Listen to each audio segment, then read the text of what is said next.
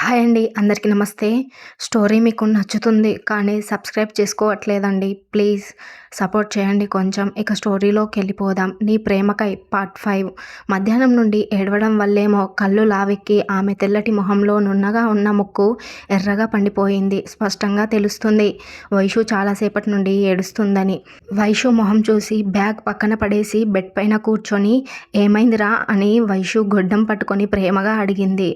జాను అంత ప్రేమగా అడుగుతుంటే అప్పటి వరకు ఆపుకున్న దుఃఖాన్ని బయటకు వదిలి గట్టిగా ఏడుస్తూ జానుని హత్తుకుంది. చెల్లెలి ఏడుపు చూసి తను కూడా కళ్ళ నిండా నీళ్లు తెచ్చుకుంది. అరే వైషు, ఏడుపాపు, అమ్మ చూస్తే బాధపడుతుంది, కామ్ డౌన్ అంటూ వైషుని ఓదార్చింది జాను. ఒక 5 మినిట్స్ వైషుని కదిలించకుండా వెన్ను నిమురుతూ ఉంది. గుండెల్లో ఉన్న భారం దిగినట్లు అనిపించి జానుని వదిలి కళ్ళు తుడుచుకుంది వైషు. ఇప్పుడు ఓకేనా నువ్వు అని వైషు చెంపకి చెయ్యానించి అడిగింది. అని చిన్నగా అంది వైషు. సరే వెళ్ళి ఫేస్ వాష్ చేసుకుని రాపో, ఫేస్ చూడు ఎలా ఉందో అని వైషుని పంపించింది జాను.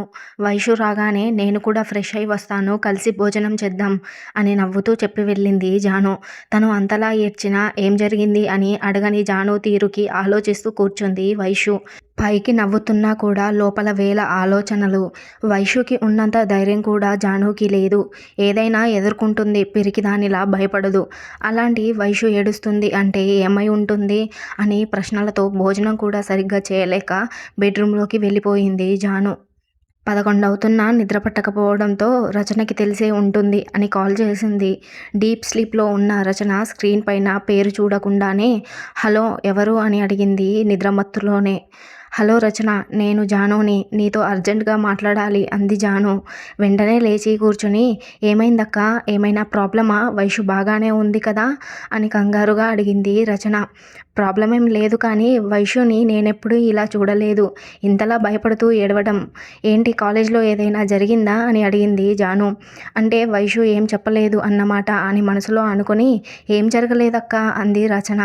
రచన, నిజం చెప్పు, నువ్వు కూడా నా చెల్లి లాంటి దానివే, అక్కతో అబద్ధం చెప్పకూడదు అంది జాను.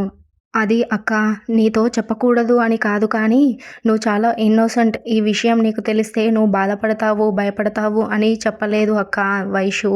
నేనేమి భయపడను కానీ చెప్పు, ఏంటి విషయం కూల్గా అడిగింది జాను.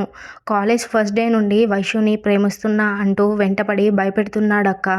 ఈరోజు వాడు హద్దులు దాటి ప్రవర్తించాడు. వైషుని ఒక రూమ్లో లాక్ చేసిన విషయం, తన పైన మచ్చపడేలా బిహేవ్ చేసిన విషయం చెప్పేసరికి ఉన్న చోటే కూర్చుండిపోయింది జాను. మరో 2 నిమిషాలు గడుస్తున్నా జాను నుండి ఎలాంటి సౌండ్ రాకపోవడంతో అక్క అక్క అంటూ రచన అరుస్తుంటే రచన మళ్ళీ చేస్తాను అని కట్ చేయబోయి హలో రచన, ఈ విషయం నాతో చెప్పినట్లు వైషుకి తెలియనివ్వకు అని చెప్పింది జాను. సరే అక్క, నేను చెప్పను అని కాల్ కట్ చేసింది రచన. బాల్కనీ నుండి బెడ్రూమ్కి వెళ్ళిన జానుకి ప్రశాంతంగా పడుకున్న వైషు కనిపించింది. దగ్గరికి వెళ్ళి వైషు పక్కన కూర్చొని ఎలా తట్టుకున్నావే ఇంత బాధని అని కళ్ళల్లో నీళ్లు తెచ్చుకొని బాధగా చూస్తుంది జాను. ఎలాగైనా సరే నా చెల్లికి వాడి బాధ తప్పేలా చూడాలి అని మనసులో బలంగా నిర్ణయించుకొని వేల ప్రశ్నలతో ఆ ఆలోచనలతో రోజంతా కష్టపడి అలసటతో తెలియకుండానే నిద్రలోకి జారుకుంది జాను. ఉదయం 9 అవుతుండగా నిఖిల్ ఒక అమ్మాయి నడుము పైన చేయి వేసి పైనుండి కిందకి దిగుతున్నారు ఇద్దరు. నిఖిల్ బాడీ పైన ఒక చిన్న షార్ట్ మాత్రమే ఉంది. ఇక ఆ అమ్మాయి స్లీవ్లెస్ డీప్ నెక్ మ్యాక్సీలో టైల్స్ కనిపిస్తూ ఫుల్ ఎక్స్పోజింగ్గా ఉంది ఆమె డ్రెస్. మెయిన్ డోర్ దగ్గరికి వచ్చి హక్ చేసుకొని ఆ అమ్మాయి చిక్స్ పైన ముద్దు పెట్టి thanks for the last night, ఎప్పుడైనా అవసరం ఉంటే కాల్ చేస్తాను, ఇక్కడికే వచ్చే ఎంజాయ్ చేద్దాం అంటాడు నిఖిల్. యూ డర్టీ అని గట్టిగా నవ్వి మరోసారి హక్ చేసుకుని వెళ్ళిపోతుంది ఆ అమ్మాయి. డైనింగ్ టేబుల్ దగ్గర టిఫిన్ చేస్తున్న మురళి గారు ఆ భాగవతం మొత్తం చూసి చేతిలో ఉన్న ముద్దని ప్లేట్ కేసి కొట్టి నిఖిల్ పైకి వెళ్తుండగా రే నిఖిల్ ఆగరా అని గర్జించారు మురళి గారు. మెట్లు దిగుతూ హాయ్ డాడ్, గుడ్ మార్నింగ్ అని విష్ చేశాడు నిఖిల్. వెరీ బ్యాడ్ మార్నింగ్, ఇది ఇల్లు అనుకున్నావా లాడ్జ్ అనుకుంటున్నావా? ఇది నా ఇల్లు, ఈ సమాజంలో నాకు ఒక గౌరవం ఉంది, దాన్ని చెడగొడుతున్నావు, ఇంకోసారి నా ఇంటికి ఇలాంటి వారిని తీసుకొస్తే అస్సలు బాగుండదు అని చాలా సీరియస్గా చెప్పారు మురళి గారు. ఈవిల్ స్మైల్ ఇస్తూ ఇలాంటి వారు అంటే అందులో నీ రెండో భార్యని కూడా కలిపి అంటున్నావా అంటే తను కూడా డబ్బు ఉన్న మగాళ్ళని వల వేస్తుందిగా అని నిఖిల్ అనగానే మురళి గారి రక్తం మరిగిపోయింది.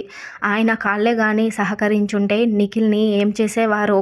ఎర్రబడ్డ కళ్ళతో నిఖిల్ వైపు కోపంగా చూసి, నా భార్య గురించి నీచంగా మాట్లాడే ముందు నీ పుట్టుక గురించి, నీ కన్న తల్లి గురించి గుర్తు చేసుకో.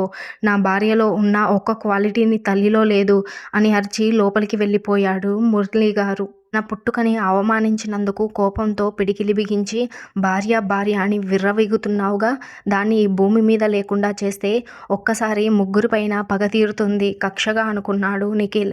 నెక్స్ట్ డే ఎవరి బిజీలో వాళ్ళు పడిపోయారు. జాను సిస్టంలో ఏదో వర్క్ చేస్తుంది అన్నట్లే కానీ వైషు దేవా గురించి ఆలోచిస్తుంది. అక్కడ తన ధ్యాస లేక కీబోర్డులో ఏదో నొక్కేసింది. దానితో జాను టీం మెంబర్స్ సిస్టమ్ కూడా ఎర్రర్ పడ్డాయి. ఆ ఫ్లోర్ అంతా కాసేపట్లో గందరగోళంగా మారిపోయింది. విజ్జు అది గమనించి స్టాఫ్ దగ్గరికి వెళ్ళి వాట్ హ్యాపెండ్ గాయ్స్ అని బేస్ వాయిస్తో అడిగాడు. ఏంటో తెలియదు సార్, జాహ్నవి గారు ఏదో నొక్కినట్లు ఉన్నారు, సిస్టమ్ అన్నీ ఎర్రర్స్ చూపిస్తున్నాయి అని చెప్పాడు ఒక అబ్బాయి.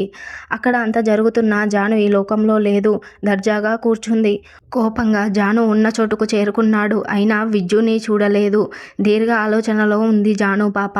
విజ్జు కోపం కట్టలు తెంచుకొని బయటకు వచ్చింది. టేబుల్ పైన గట్టిగా కొట్టి మిస్ జాహ్నవి అని అరిచాడు. ఉలిక్కిపడి దిక్కులు చూస్తూ లేచి నిల్చుంది. విజ్జు కళ్ళు కోపంతో ఎర్రబడ్డాయి. కోపంగా తనని చూస్తున్నాడు. అయోమయంగా చూసింది. స్టాఫ్ అంతా తనని వింతగా చూస్తున్నారు. ఏం జరిగిందో తెలియక ధైర్యం తెచ్చుకొని ఏంటి సార్ అని అడిగింది. యూ ఇడియట్, ఏమైంది అని అడుగుతున్నావా? బ్రెయిన్ ఏమైనా ఫ్రిడ్జ్లో పెట్టొచ్చావా? నీ వల్ల నాకు, నా కంపెనీకి ఎంత నష్టం. అయినా నాదే తప్పు, నీలాంటి బ్రెయిన్లెస్ వాళ్ళని జాబ్లో పెట్టుకోవడం అని తిడుతుంటే జాను కళ్ళల్లో నీళ్లు చేరుకున్నాయి. అవి బయటకి దూకే సమయంలో విజ్జు ఆ కళ్ళని చూసి తిట్టడం ఆపేసి, గాయ్స్ 30 minutes బ్రేక్ టైం ఇస్తున్నా, ఈ ప్రాబ్లం సాల్వ్ అవ్వగానే రీస్టార్ట్ యువర్ వర్క్ అని చెప్పి విశ్వాతో ఏదో చెప్పి తన క్యాబిన్లోకి వెళ్ళిపోయాడు విజ్జు. పై ఫ్లోర్లో ఉన్న హార్డ్వేర్ టెక్నీషియన్ని పిలిపించి ప్రాబ్లమ్ని సాల్వ్ చేసే పనిలో పడ్డారు. విజ్జు చెప్పినట్లే స్టాఫ్ అంతా చిల్లవ్వడానికి బయటకు వెళ్తే జాను ఒక్కతే కన్నీళ్లతో మిగిలిపోయింది. కాసేపటికి కళ్ళు తుడుచుకొని విజ్జు క్యాబిన్కి వెళ్ళింది. మే ఐ కమిన్ సార్ అని డోర్ నాక్ చేస్తూ. కమిన్ అన్నాడు విజ్జు. జాను లోపలికి వచ్చి సైలెంట్గా నిల్చుంది. వాట్ అని అడిగాడు సూటిగా తననే చూస్తూ. ఐఎమ్ సో సారీ సార్, నా వల్ల ఇలా జరిగింది. ఐఎమ్ రియల్లీ సారీ సార్, కావాలని చేయలేదు అని దీనంగా చెప్తుంది. కళ్ళు లావెక్కి ముందుకు వచ్చేసి ముఖమంతా రెడ్గా ఉంది. తను ఏడ్చింది అని అర్థమవుతుంటే కోపంగా చూస్తున్నాడు. తను సారీ చెప్పినా కూడా అతని కోపం ఇంకా తగ్గట్లేదు అని దాచిన కన్నీళ్ళని స్వేచ్ఛగా వదులుతూ నిజంగా కావాలని చేయలేదు సార్ అని వెక్కుతూ చెబుతుంది జాను. విజ్జు లేచి తన టేబుల్ పైన ఉన్న టిష్యూస్ చేతికి అందినంత తీసుకుని జానుకి ఇచ్చి తన ఎదురుగా చేతులు కట్టుకుని నిల్చున్నాడు. ఇంకా ఏదైనా చెప్పాలా అంటూ గుర్రుగా చూస్తున్నాడు జాను వైపు. జాను ఇంకా ఏడుస్తూనే ఉంది. ఐ హేటెడ్ క్రయింగ్ గర్ల్స్ అన్నాడు అతను టిష్యూతో కళ్ళు తుడుచుకుని. సారీ సార్, కావాలని చేయలేదు. అతన్నే చూస్తూ ఇంకా తడిగానే ఉన్న తన కనురెప్పలు ఒకదానితో ఒకటి జత కలిసి ఆ కళ్ళు ఇంకా అందంగా కనిపిస్తుంటే ఆమె కళ్ళని చూస్తూ నెక్స్ట్ అన్నాడు విజ్జు. అంటే మీరు నన్ను నమ్మట్లేదు కదా సార్ అంది అమాయకంగా. విజ్జు మాత్రం తన మాటలు పట్టించుకోకుండా మళ్ళీ నెక్స్ట్ అన్నాడు. అంటే మీరు నన్ను నమ్మట్లేదు అంటూ చిన్నపిల్లలా ఏడుపు అందుకుంది జాను. మళ్ళీ తన కళ్ళల్లో నీళ్లు చూసి idiot, stop it your bloody crying అన్నాడు కోపంగా. చూసారా, మీరు నన్ను నమ్మట్లేదు, పైగా కోపడుతున్నారు అని వెక్కుతూ అంది. ఇప్పుడు నువ్వు నీ బ్లడీ టాక్స్, దట్టి టీయర్స్ని ఆఫ్ చేయలేదంటే ఆ బాటిల్ తీసి నోట్లో కుక్కేస్తా అని బెదిరించాడు విజ్జు. చేతులు రెండు నోటిపై వేసుకుని కళ్ళు పెద్దవి చేసింది జాను. తనని చూసి నవ్వొస్తున్నా ఆపుకొని వెళ్ళి వర్క్ చూసుకో అని గసిరాడు. బుద్ధిగా తలూపి బయటకు వెళ్ళిపోయింది జాను. మార్నింగ్ వైబ్స్తో టెంపుల్ ఇంకా ప్రకాశవంతంగా కనిపిస్తుంది. రెగ్యులర్గా టెంపుల్కి వెళ్ళే అలవాటు ఉన్న నీరజ గారు ఆ రోజు కూడా గుడికి వెళ్ళి దర్శనం చేసుకుని ఇంటికి రిటర్న్ అవ్వాలని కారు ఎక్కుతుంటే వెనుక నుండి గడ్డాలు మీసాలు పెంచి కండబలిసిన ఒకతను కత్తితో నీరజ వైపే వస్తున్నాడు. వాడు నిఖిల్ అరేంజ్ చేసిన మనిషి. గందరగోళంగా మారిన మనసుని కుదుటపరుచుకోవడానికి టెంపుల్కి వచ్చింది జాను. అక్కడే కాసేపు కూర్చొని ఆఫీస్కి టైం అవుతుంది అనుకుని విజ్జు క్లాస్ వినలేక తొందరగా వెళ్ళాలి అని బయటకి వచ్చింది. నీరజ పైన జరుగుతున్న దాడిని దూరం నుండి గమనించి ఆమెని పిలవడానికి ట్రై చేసింది. అయినా లాభం లేదు. ఫాస్ట్గా వెళ్ళి వెనుక నుండి ఆ రౌడీని ఒక్క తోపు తోసింది. అతను కింద పడిపోయాడు. ఆ అలికిడికి నీరజ వెనక్కి తిరిగి చూసింది. ఆంటీ ఇతను మిమ్మల్ని కత్తితో పొడవబోయాడు అని కంగారుగా చెప్పింది జాను. నీరజ షాక్ అయ్యింది. కింద పడ్డవాడు మళ్ళీ కత్తి తీసుకుని దాడికి సిద్ధమయ్యాడు. ఆంటీ మీరు కారెక్కండి అని జాను గట్టిగా అరిచింది. దాంతో నీరజ కారెక్కగానే పక్కనే ఉన్న రాయి తీసుకుని వాడి తలపైన కొట్టింది జాను. దాంతో కోపం వచ్చిన ఆ రౌడీకి జాను పైన కత్తి దూశాడు. జాను చెయ్యి మణికట్టు దగ్గర డీప్గా కట్ అయ్యి బ్లడ్ ఎక్కువగా పోతుంది. నీరజ చూసి కారు దిగి కాపాడండి కాపాడండి అంటూ తన దగ్గర ఉన్న టెంకాయతో వాడిపైన విసిరింది. ఆమె అరుపులకు జనాలు రావడం చూసి వాడు పారిపోయాడు. నీరజ వెంటనే జాను దగ్గరికి వెళ్ళి తల్లి చాలా రక్తం పోతుందిరా హాస్పిటల్కి వెళ్దాం అని కార్ వైపు తీసుకెళ్ళింది. అప్పటికే చాలా బ్లడ్ లాస్ అవ్వడం వల్ల తనకి కళ్ళు తిరగడం మొదలయ్యింది. ఇక చేసేదేమీ లేక నీరజతో కారెక్కి కూర్చుంది. ఆమె చీరకొంగుతో బ్లడ్ ఆపడానికి అడ్డుగా పెట్టింది. అయినా బ్లడ్ ఆగడం లేదు. స్పీడ్గా తీసుకెళ్ళమని డ్రైవర్కి చెప్పింది. పొద్దున్నే గుడికి వెళ్ళిన అమ్మ ఇంకా రాలేదు అని కాల్ చేశాడు విజ్జు. నీరజ కాల్ అటెండ్ చేసి టెన్షన్తో అతనికి ఫలానా హాస్పిటల్కి రమ్మని చెప్పింది.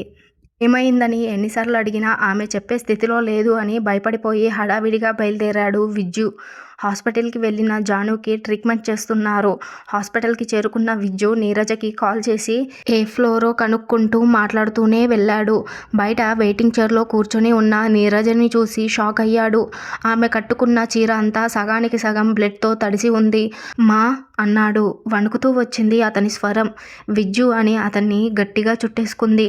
అమ్మాయి నాన్న చాలా డీప్గా హ్యాండ్ కట్ అయ్యింది. చాలా బ్లడ్ లాస్ అయ్యింది అని చెప్తూ ఏడుస్తుంది. మా ఎవరా అమ్మాయి నీకేం కాలేదుగా అంటూ ఆమెని వెనక్కి జరిపి ఏంటి ఇంతలా బ్లడ్ కనిపిస్తుంది నీకేం అవ్వలేదు కదా అని కంగారు పడుతూ అడిగాడు విజ్జు. నాకేం కాలేదు నాన్న. టైంకి ఆమె రాకపోయి ఉంటే మళ్ళీ మిమ్మల్ని చూసేదాన్ని కాదేమో బాధగా అనింది నీరజ. అమ్మా ఏంటా మాటలు అసలు ఏం జరిగింది అని విజ్జు అడగగానే జరిగిందంతా చెప్పింది నీరజ. కోపంతో అతని కళ్ళు ఎర్రబడ్డాయి. నీ పైన అటాక్ చేశాడా? ఎవడు వాడు? వాడికి ఎంత ధైర్యం ఉండాలి అని పళ్ళు బిగించి కొప్పడుతుంటే ఆవేశపడకు విజ్జు. ఏం అవ్వలేదు కదా. ఫస్ట్ ఆ అమ్మాయి ఎలా ఉందో నాకు చాలా టెన్షన్గా ఉంది. తనకు ఏదైనా జరిగితే జీవితాంతం నన్ను నేను క్షమించుకోలేను. తనకేం కాదులే అమ్మా నువ్వు భయపడకు అని చెప్తూ ఉండగానే ఒక డాక్టర్ వచ్చి అమ్మాయికి ఎలాంటి ప్రాబ్లం లేదు కానీ హ్యాండ్ చాలా డీప్గా కట్ అయ్యింది. తను కొన్నాళ్ళు ఆ హ్యాండ్ పైన ఎక్కువ ప్రెజర్ ఇవ్వకుండా చూసుకోండి అని చెప్పి వెళ్ళిపోయాడు డాక్టర్. పద నాన్న తను ఎలా ఉందో చూద్దామని నీరజ అనింది. ఇప్పటితో నీ ప్రేమకై 5th పార్ట్ కూడా పూర్తయిందండి.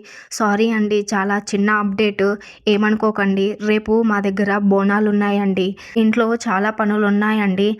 అయినా సరే మీరు వెయిట్ చేస్తారని పోస్ట్ చేస్తున్నానండి. స్టోరీ నచ్చితే లైక్ చేసుకోండి, కామెంట్ చేయండి, అలాగే సబ్స్క్రైబ్ కూడా చేసుకోండి. Thanks for watching.